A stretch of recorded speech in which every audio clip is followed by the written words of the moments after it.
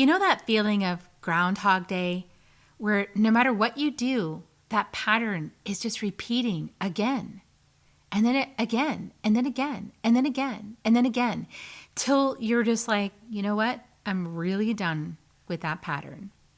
Well, your subconscious is running the show and creating that pattern again, and you can shift it. Today's conversation with Judy Kane gives us a way forward. Tune in to find out more. Soul Nectar Show, the Soul Nectar Show. You're invited, delighted to discover who you are. Anything is possible if you believe. So join us on this beautiful journey. Soul Nectar Show, Soul Nectar Show. Hello and welcome to another episode of Soul Nectar Show, that show where we talk about all things essence, where we gather around the campfire and we share our stories of connection to that which is greater than us, to the big mystery beyond the veil, to those synchronistic moments that lead us to a deeper understanding of ourselves and what we're doing here on planet Earth and who we are and what we came here for. And so I'm your host, Kerri Hummingbird, and I love having these conversations week after week and bringing you new ideas, new perspectives, new tools for your toolbox, new ways to approach life from a higher vantage point and to get the gold out of all of your life's experiences. And so today we're really going to be focusing on the subconscious and how the subconscious can impact your life. And if you've ever had those experiences where it just feels like Groundhog Day, where you just keep experiencing the same thing over and over and over and over again, and you wonder, why does that keep happening? Because I don't want that experience. I consciously know this other experience I want, but it just keeps happening no matter what I do. And you might ask, why is that? How come that keeps happening? And how can I get it to stop? How can I change it? How can I have a different experience? And, you know, looking in the collective, I can see a lot of experiences happening right now on the planet that I think many of us would prefer not to be happening. And we're done with that. And yet it's happening again. And so you might start to feel a little bit depressed, like, do I just have to sit here and watch this again and again and again and again and again? How can I move forward from this? How can we all collectively change and choose a different way? And so this is what we're going to talk about today with Judy Kane. Welcome, Judy, to the show. Thank you. I'm happy to be here. Yeah, I had a session with Judy. We met and then she offered me a session, rewiring some subconscious beliefs. And I was like, cool, I'm open to about anything. I will try it and see what happens. And it was cool. I definitely felt like things were getting resolved in this deep layer of unconscious, subconscious within me. And so Judy is the author of Your Four Truths: How Beliefs Impact Your Life. And she's a transformation coach, and she's dedicated to helping individuals get past barriers that are keeping them stuck or causing them discomfort. Kind of like what I just talked about. Judy helps people to change the limiting subconscious beliefs that are holding them back. And through speaking engagements, workshops, and individual client work, she empowers others to achieve their goals. And you can get her book. You can download it from Amazon or Barnes & Noble. Your Four Truths is the title of it. Your Four Truths: How Beliefs Impact Your Life. And then the free gift today is 7 signs your subconscious is running the show. I'd like to know what those 7 signs are. That'd be cool. So let's hop into it. Judy, I mean, I know you and I connected originally, but the audience is getting to know you. And so did you just always do this job, or did you fall into it? How did you get started? I fell into it. My background for the most part was IT management.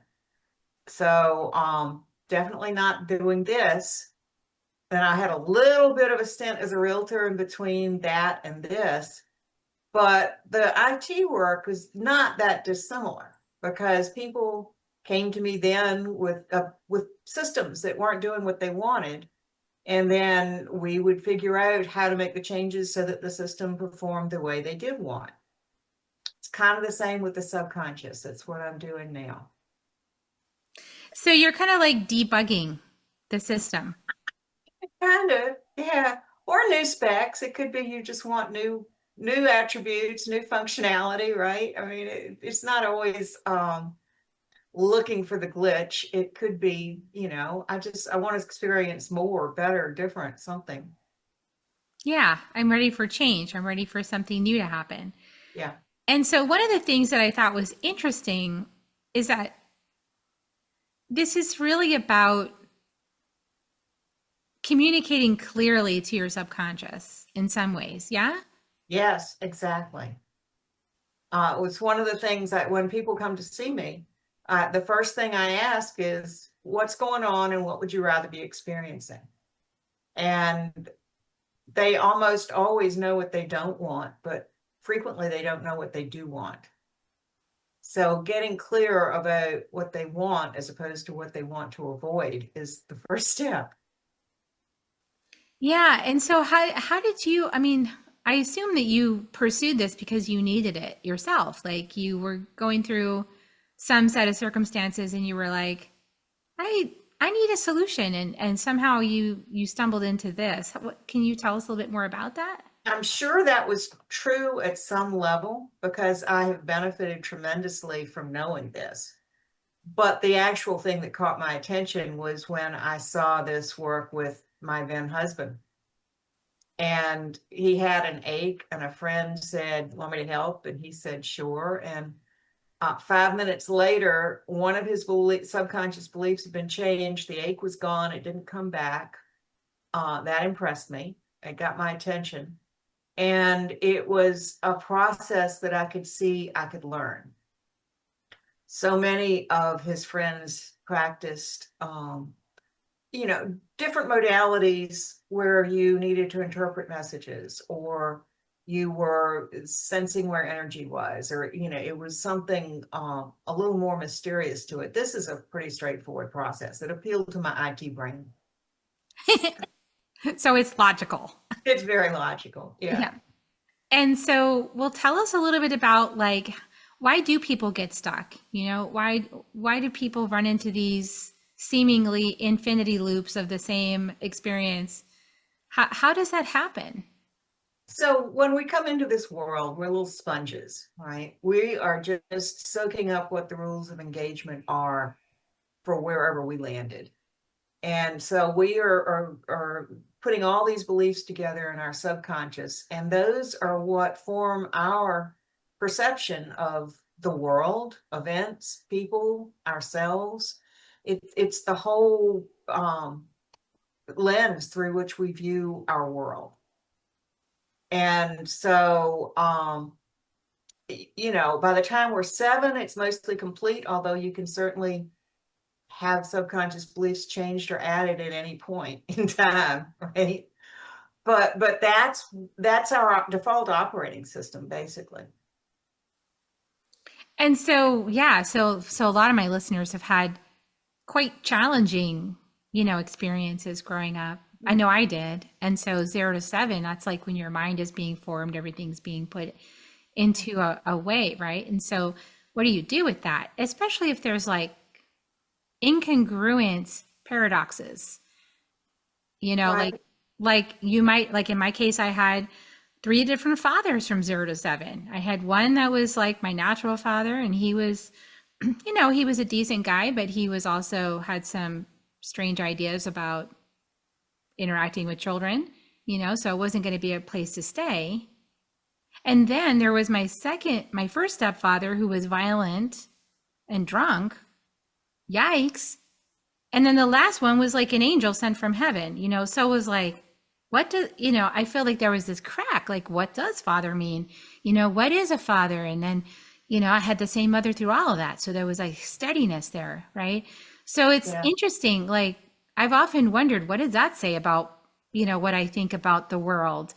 I think I have big question marks about men, but like women, I'm like, oh no, like, this is okay. Right. Whereas I think people have different experiences, right? They might have a completely opposite experience. Absolutely. And that's what causes the patterns. That's one clue that subconscious beliefs are in the mix when something is happening that you don't want. If you find yourself doing the same types of self-sabotage, or if you find yourself in the same type of relationship, even though, well, and it doesn't matter, it could be good or bad, right? I mean, it could be you say, I never want to do that again, or it could be that was wonderful. Whichever, it's subconscious beliefs that are um, part of the process of picking who you're going to be with next and how you behave in that relationship. And this is kind of why it's important that parents are careful what they say, like repeating messages that they give children or things like that, right? Because otherwise we could create these patterns. Like, I remember in the Four Agreements, Don Miguel Ruiz said that if you had always been told that you were really, really smart as a child, and then somebody in high school or college walks up to you and says, you're so stupid, you would just look at them like an alien. Like you'd be like, well, you must be having a really bad day, but you wouldn't take it personally. Right. Conversely, if you'd been told a lot as a child that you were really stupid and you couldn't understand things, and then the same scenario happened, you would agree with them. You would feel terrible about yourself, right? And you would take it personally. So before we're 7, you can't discern the truth of something. We take everything personally as if it's all happening to us and that we're making it all happen too. Yeah. Yeah. I think children tend to blame themselves for whatever their life turns out like, right? I mean, they're part of the problem I think in their opinions. And so, Um, but getting at that, kind of getting at those underlying beliefs can be challenging with like therapy, for example, because let's say a pattern got set in place when you were like 1 or 2 or 3, you don't really have a very big vocabulary. You might know a couple of words, when you're going and sitting in psychotherapy trying to sort it out. Well, how are you going to do that? There's like, they don't have a very big vocabulary. It's just like, I'm mad, I'm sad, or, that, so there's not a lot of words to describe what's going on, but there are emotions.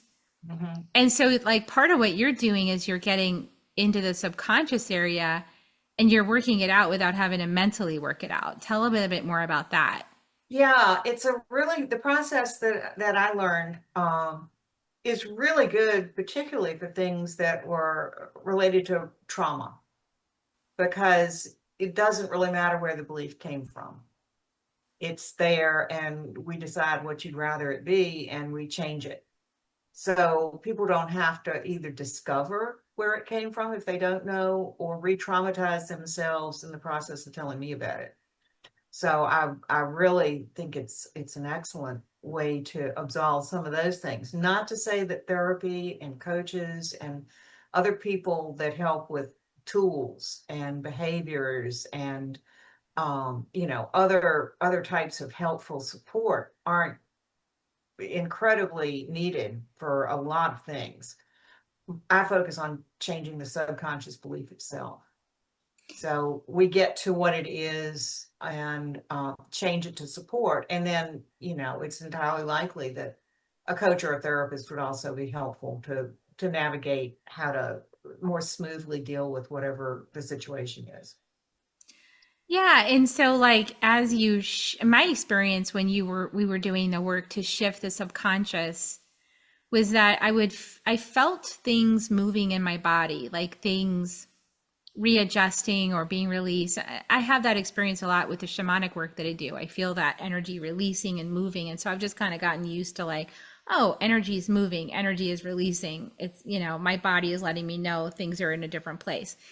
And then I'll feel different, like within myself, I'll feel different. Um, and it'll just kind of be there's a new reacquaintance with myself, if it's a really deep pattern that's shifted. And so that is one sign that for me, when I feel it tangibly, then I know something has changed. Is that kind of an experience that people share with you that they've had as a result of this work? People have varying levels of sensitivity to energy in their body and whether it's moving or not. But for those that are tuned into that, yes, that's very similar. And even for those who aren't, one of the most common responses I hear is, I feel so much lighter. And I do all my work virtually now, but I used to see some of my clients in person. I can remember one person, she was too light to let go. She was almost giddy, and she had to sit in the waiting room before she had to gather herself before she got behind the wheel, right? It was. It's funny because you're not like doing anything to the person. Yeah. You're just like guiding them and their subconscious to make a change at a deep level. And but that can change a person's mood for sure. Like it can make them feel like, yay, I'm done with that, or that's not going to happen anymore, or this new thing might happen. And what would it feel like if this new thing happened? So that's kind of cool. And then do you hear people say like, because a lot of like this belief stuff and the subconscious stuff is like that, the chattering mind in the brain like has these things that it says to you, that you're like, I want that to stop. I don't want that to be my experience anymore. Then after a session like this, do people report that like that thought is harder to come up, or that it comes up less frequently, or that it's gone altogether? Like, how is that? I'll see that frequently when we work with emotions. Um, you know, I use muscle testing to communicate with the subconscious. And when we deal with emotions like phobias, right? If people can get into the emotion that is accompanying whatever the situation is that they want to change, we test it, and there's a weak response when they are being hijacked by that emotion. And at the end of the change process, we test again to make sure that there is no hijacking occurring. And frequently, people can't access that emotion anymore for that circumstance. For instance, if it's a phobia about a snake, if a person with a phobia thinking about the snake can feel the panic, they can access it just thinking about the snake. At the end, and this is what continues after the session, into, the future, is they can think about a snake, or they can see a snake. They might not choose to interact with the snake, but they get to choose. They're not hijacked by seeing the snake and having no control over their reaction to it. They get to choose their response. So the same thing can happen in less severe, situations. If somebody has a fear of being seen, of speaking in public, I mean, or if they feel uneasy every time they have to write a check, or, there are lots of things that bring up consistently a reaction that they don't want to have, an emotion that they don't want to have. And frequently, once we change the beliefs about that, that emotion there, they can't access it anymore in that context. Yeah, it changes the relationship with the experience. Mm-hmm. Absolutely. I mean, and that can happen a lot of different ways. But what's so cool about this is that it happens so quickly, Yeah, which is nice. yeah, it's fast. Yeah. And I've had like one of my teachers was talking about how if you're in repulsion energy, since you brought up snake in the situation with that, if you're in the repulsion energy of something like, I don't ever want that experience again, or that was horrible, or I despise that, or whatever it is, that actually can pull it towards you because you've got charge around it. You've got like a big charge with that energy. And so I had this experience in the jungle. There was like a spider that just kept following me around, and it's like a jumping spider. So it can jump like 5 feet, and it kept showing up everywhere I needed to be. And I was like, it tried to even climb in my suitcase to come home with me. And I don't want this thing. Get away from me. And I was in repulsion energy. And that's where we had just been having that conversation. And then my teacher was like, here's a husk of the spider. Because one of those spiders, or maybe that one, I don't know, had shed its skeleton, right? And so even putting it in my hand was like, ugh, ugh. But I just breathed through the experience and I just was like, it's only a husk. It's just a husk. It's not even the spider. It's okay. And I just kept breathing. And then the energy around it shifted. And every time I've been to the jungle since, I've never had that experience again. Like, no more spiders trying to climb in my suitcase. So, That tarantula. yeah, I mean, this was like one that if you bit you, it would be a bad time. You might Yeah. not make it, you know? So, I was afraid of it. You know, I had this deep, and who knows where that comes from. I could write a whole bunch of stories about it, maybe in some other life or maybe some ancestor. I don't know. It doesn't really matter. It just knows that I was in some reaction to that energy in a repulsion way, like get away from me. And then the more I say get away from me, the more I wanted to come. Right. So it Yeah. was like, I feel like there's a lot of that going on right now in the collective, right? Like I Yeah. think about all the people being rounded up, like it's terrible. You know, there's like all these people just in the broad daylight, you know, leaving their kids stranded on the sidewalk. They're being taken in a car by people who won't even identify themselves. That's terrifying. Or like somebody trying to get into your house and kick the door open. This is all like really personal space violations, right? Yes. And that can lead to a feeling of terror. And that feeling of terror is, it's like you don't want that, but it's like if you're afraid, it's going to stir it up inside of you, and then you're going to be looking over your shoulder like everywhere you go, and you'll be getting a gun and like I'm going to have to protect myself. So like that's going to create more of that energy. Yeah. Whereas maybe it's just coming up like me with my spider because that's like an old ancestral energy that, or maybe a past soul life, or maybe an ancestral experience that needs to be cleared right now. And you don't want to clear it by having to have it happen. So, and then reactivate, have like a new wound around it. So this would be one way, like if people are really triggered, right, by watching that stuff on social media or on the TV and they're seeing that happen. I know it's been upsetting to me. Then this is one way that they could move through it, right, and clear the charge around it so that maybe it doesn't have to be attracted into their space from the law of attraction. Right. Because whatever you focus on, you get more of, right? So part of it's redirecting your focus, and part of it could be changing your perception of what you're seeing. Because that's what we do when we write the subconscious beliefs, is it changes your perception. It doesn't change facts. But some things don't need to look scary anymore, or don't need to make you feel inadequate, or at risk, or whatever the emotion is that you're experiencing. It's because of your beliefs about what's going on.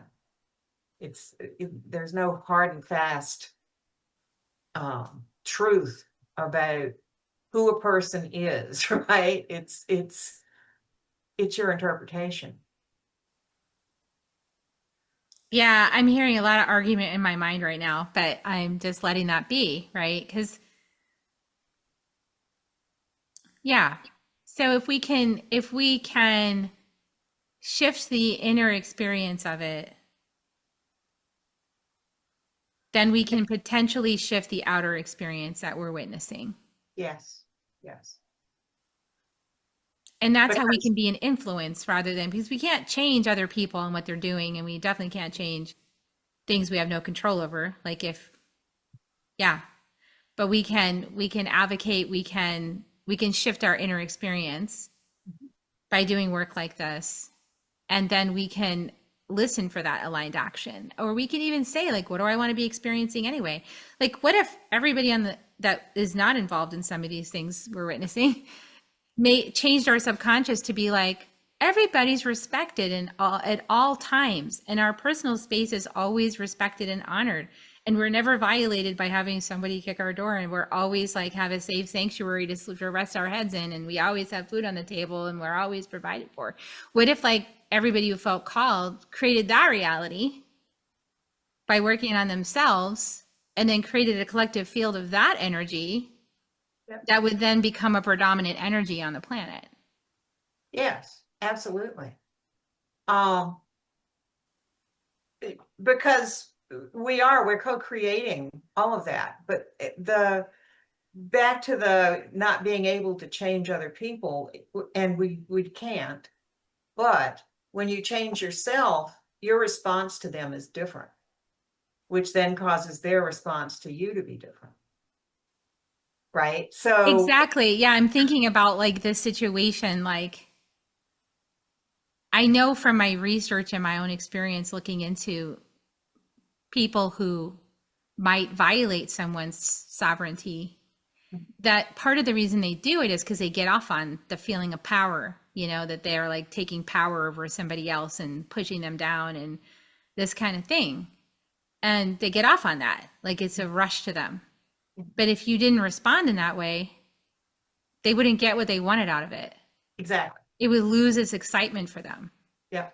So like that's one of the reasons why doing this work is super powerful.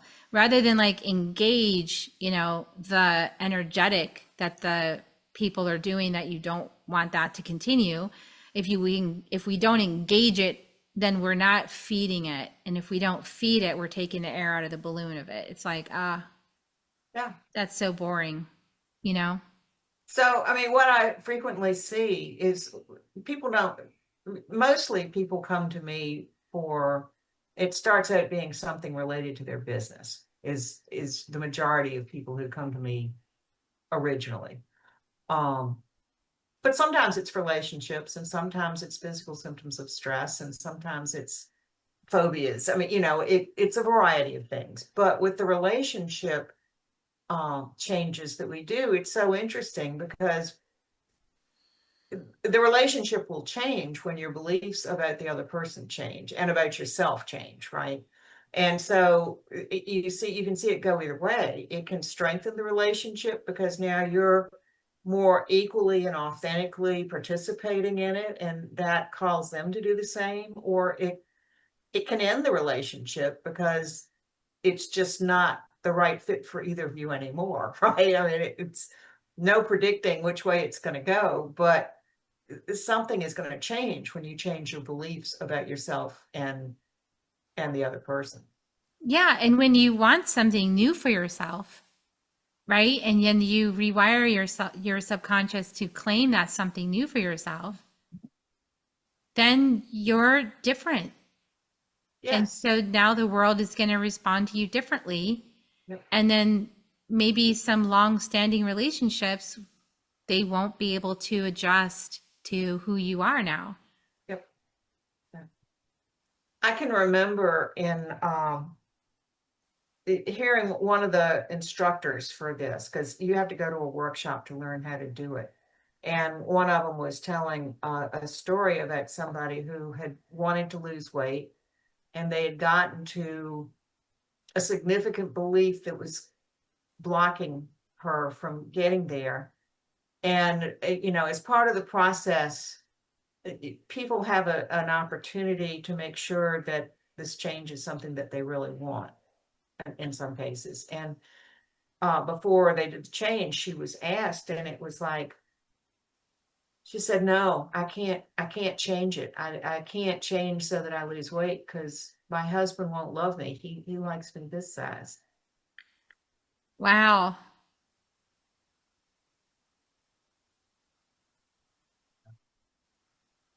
So there are, and Yeah, that's I have children. a lot of thoughts about that actually. Yeah, but it's a choice, Yeah, it is you a know. choice. Yeah. Mm-hmm. Yeah. But she And recognized the dynamics would be different in the relationship, and it yeah, wasn't worth it to her to make that change. wow. So we get to choose, we get to choose the reality that we want to live in, right? We Yeah. get to choose that.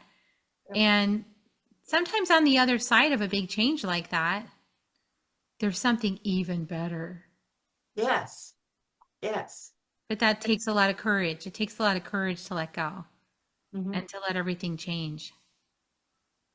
Yeah, you need to want that change. It's not going to serve you, and probably won't even stick if it's not something you really want. And when you say you, I mean, because we know that we're multidimensional, there's many layers, there's many aspects. So how do you get everybody on board? Well, part of the process is getting permission from the higher self to make sure it's an appropriate and safe thing to do. And if you get that, and then when you're doing the alignment, supposedly it aligns everything inside of you, right? Like all the voices, or do you find that you have to go back and kind of visit it again? Some things are more complex than others, so they can be different layers of beliefs. I wouldn't describe my understanding of it as different voices, but it's one way you could explain it, for sure. When you change it though, it's, when you change one of these beliefs because, well, I don't know if it's because, but it doesn't care where it came from. And so it could be from any place. It could be, your own belief you acquired new when you were 3. It could be a familial thing. It could be a past life thing. It could be from anywhere. You're changing that belief regardless of the origin. So from that standpoint, where there could be many voices because of it recurring over time, you're still changing that belief. And do you think like it just seems to me like along with this methods of changing beliefs that it is really part of the process actually seems to be the integral piece is the witnessing of it by another person, because where 2 or more are gathered, you can manifest any potential between the 2 of you, right? Because you're being witnessed. Sometimes it seems like if you're by yourself, it might not work as effectively somehow. I don't know. I've been doing this with I know myself that's what you 2011, and it's helped me, and nobody's Yeah, watching but me. That you can see. I mean, everything's being witnessed in one way or another, but I'm usually alone when I do this. and how do you discern, because I think muscle testing is really helpful, but also I've noticed that my personality, my ego can be very slippery, It's like, because we all have that aspect, right? And it usually comes from the mind for me. And so like I've had to trick myself quite a bit to get myself, to get clear answers if I'm by myself. Mhm. I have to like write out the things on the slips of paper and then fold them all up so that I don't know what they say, and then use a pendulum to test like which one is the best option or what's the most true. If I'm in that mode of like my ego really wants it to be a certain way. Yeah. And then I'm trying to listen, like, is this an appropriate change to make? How do I know if I'm really getting the right answer? Because if I don't have another person kind of bouncing or feeling it with me, I feel like my mind might just decide. So frequently what I've seen in workshops is people will change that belief that that muscle testing doesn't work for them, right? Okay. I mean, I think it works. I'm just saying, For you know, them, I mean, people, a lot of times we'll see that that's what's needed, is they need to install a belief that muscle testing works well for me or is consistent, I or see. it's it's a belief. Muscle Um, testing is only ever giving me what my soul says is correct. I you could try that one. I don't know if you get permission or not, but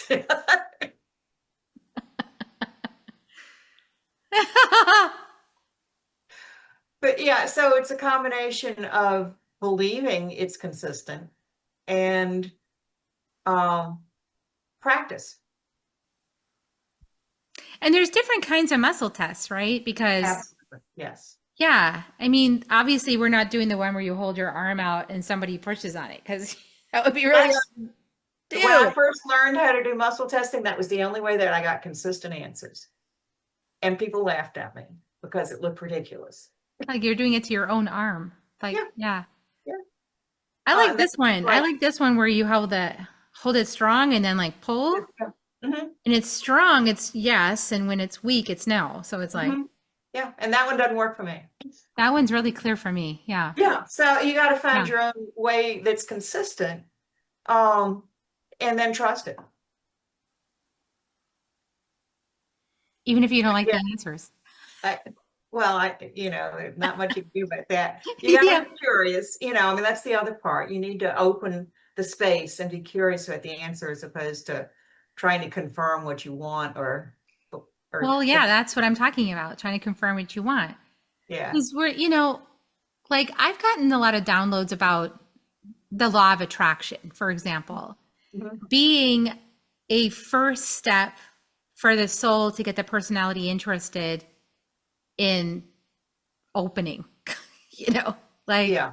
Yeah. because it's like, oh, I could get what I want if I open to this energy.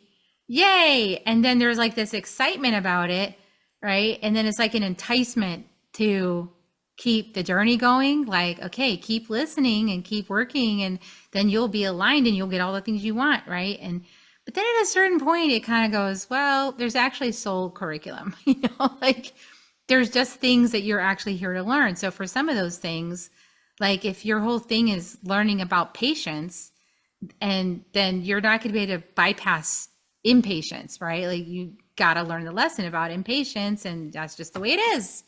And then you got to go through the lessons around impatience. But, you know, because I've tried all these things. So it's interesting, because you see your chart and you're like, that's my chart. That's totally what I've been doing for my whole life. Okay, it's right there in black and white. So there's some stuff, yes, but there's like a process to things, because when you learn lessons from that shadow, for example, and patience, and you actually get all those lessons, then that actually is useful because that takes you to the next place. Right. So that's why, in this interim phase between the law of attraction perception and I have a soul's curriculum, somewhere in there is a little murkiness with getting clear answers. Yeah. I understand what you're saying. Um, and a lot of people, certainly having somebody else work with you is good. Watching your back is a good idea. You know what I'm saying? You got to have somebody watching your back and going, let me test that with your soul. I'm not sure. You got that correct. Could You know, be, the other thing is if you're working with somebody else, sometimes they help you get to an answer you wouldn't have gotten to otherwise, right? Just with questions that they can ask, or um the, the interaction of it can be very helpful to get some clarity around what is happening and what you might want to be happening. yeah, because they're not inside your box with you. They're outside your box. They're in their own box, and hopefully they're not a matching picture to your old life story. If, that's why Right, it was right. great working with you, because you're totally not a matching picture to any of my life story, right? Because I go on this really wild feminine thing that's all emotional and tracking it on the inside, and this whole like mystery and all of this, and you're like, no, I'm very logical, and this is how so it's like the opposite, Right. but that's helpful because you have a completely different perception. You're not built the same way. So when you're asking questions and you're guiding things, it's supportive because you're not involved in my whole thing going on over here. You're on the outside of it going, oh, I see some pathways in, or I see some other things that could be true. Yeah, absolutely. If people can pick up one of my clients called me a good sifter because I could hear, what sounds like a limiting, it's a curse when you're just having conversations, but when I'm working with clients and they want me to help with the limiting beliefs, it's helpful if I can see them quickly. Right? In an everyday conversation, when I first learned this, I was sharing the fact that it might be a limiting belief more often than people wanted to hear, because they weren't clients. It was unsolicited, and I had to curb my enthusiasm a little bit. Yeah, that's true for all of us, really. Yeah. Yeah. Anybody who's Yeah. intuitive that does this work. And then that's also, kind of likewise, a lot of the people that come to me are people that are really, really smart, and they're very linear and logical. And they're not necessarily so in touch with their feelings or emotions or things like that in the body.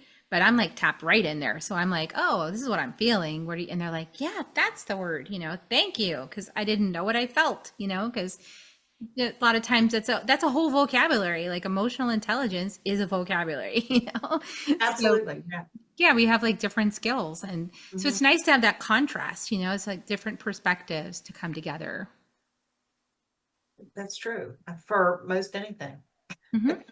Yeah, that's why confirmation bias is dangerous, everybody. It's not a good idea to get into an echo chamber. So you want to work with other people that are outside of your perspective so you can see things in a different way. And yeah, and that ultimately is the solution for what, I was talking about with the collective. And when you see stuff going on, it's very shocking and it's like, wow.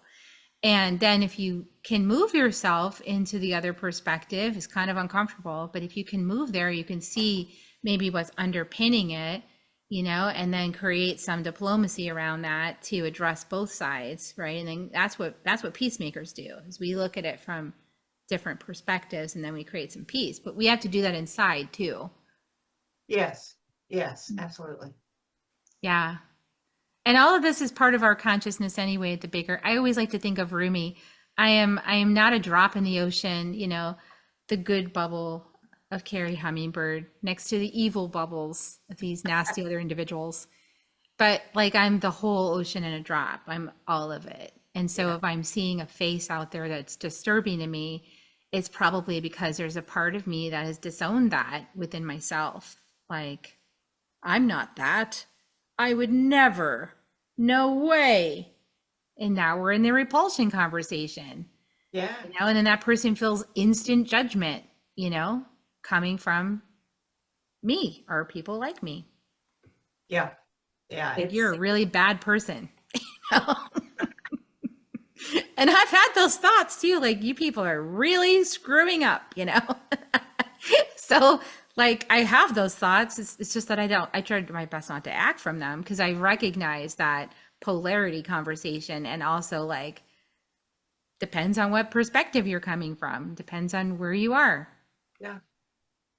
Yeah. When people see things diametrically opposed, I always find it helpful to go back to the subconscious beliefs, and they have their set of facts and I have my set of facts, and it's all based on the beliefs we have around the situation, right? It's Which is based on that early experience and yes. what you trust and what you don't trust. Yep. Yeah, which unpacking it, is like I had three very wildly different fathers, right? Which put a question mark, are men safe? Yes. So when there's a lot of men walking around in unidentified costumes with guns, massive weapons, pushing people down on the ground face first who are female, I have a reaction to that, like inside my body, because I watched that being done to my mom. So, I trusted the feminine because she was always there for me. She protected me from that. So now if somebody else has a different experience where their mom was never somebody that could be trusted, but their dad was, they would look at that situation and say, they're protecting us, Mhm. even though they're beating up on a 16-year-old girl. Yeah. So yeah, we have different perspectives. We see things in different ways based on our early experiences. How we experienced life makes a big difference into how we perceive things today. A huge difference. Yes. Yeah, which is why we all have to slow down just a second, take a breath, do some rewiring of your subconscious beliefs with Judy here. And I would love everyone to do some subconscious rewiring around what kind of society we want to exist in. Like, do we want to exist in any kind of society where any person is being jailed or mistreated or any of that? I vote for the one that doesn't need that anymore. And then we can all be self-contained and process our stuff without taking it out on anybody else. That'd be really wonderful in my book. So if you want to join me in that, let's do it. It sounds like a beautiful place. I love that world. Yeah. Yeah. So beautiful. Well, let's I'm just going to remind you guys that you can find out more about Judy's wisdom. She wrote a book, Your 4 Truths, How Beliefs Impact Your Life, that you can get from Amazon or Barnes & Noble if you're boycotting Amazon, because I know some of you are. And it's okay, whatever you're doing. And then free resources. There's a lot of free resources actually at her website, and I put the link in the show notes below. But the one I thought was interesting, you guys might like based on this conversation, was 7 signs your subconscious is running the show. And you can get that by signing onto her website. If you just scroll down, you'll find that free resource and put your information in, and then she'll email it to you. So really awesome work that you're doing in the world. And is there any last thing you want to offer people before we wrap the show? Just to get clear on what it is you really do want, and know that you can change. You don't have to just accept things the way they are if they're not the way you want. You don't have to accept things the way they are if they're not the way you want. Just for all you Buddhists out there, just love you so much. Yeah, you don't have to accept it. Acceptance is a good skill, but you don't have to leave it there. You can actually transform it, you guys. You can change it to be what you want. Let's do that together, because we don't need another millennia of this, some of these patterns. Let's change it. And yeah, beautiful. So share this, like this, share it, subscribe, send comments, all the things, give it to somebody that might need it. Judy's really logical. So if you've got that logical person that's like, I don't know about this Kerri Hummingbird person, but like Judy seems reasonable, she might be the person to go to, you guys, and send it out. Send it over there. She can maybe help somebody rewire their perception of me. And in the meantime, because it's not all about me, I love you guys. And yeah, just realize your agency. Realize your agency. You have agency, you guys. We don't have to just keep accepting the situation we don't want. We don't have to. We can change it from the inside out. That will influence everything to show up differently. Do your work. Figure out how you want to do it. Just do it. And I love you. And here come kisses. If you want to join me, I like to give everybody kisses. So here they come, everybody. Love you. Thanks for tuning in.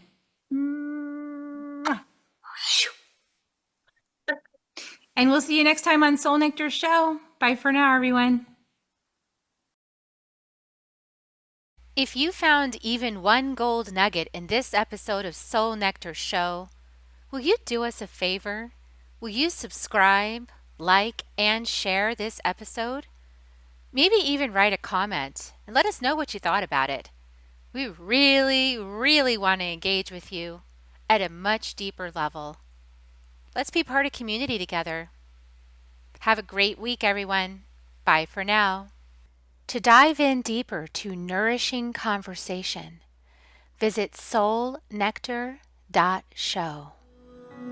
Soul Nectar Show. Awaken, awake, Nectar Show. Take a sip from the drip of nectar, from the source of who you are.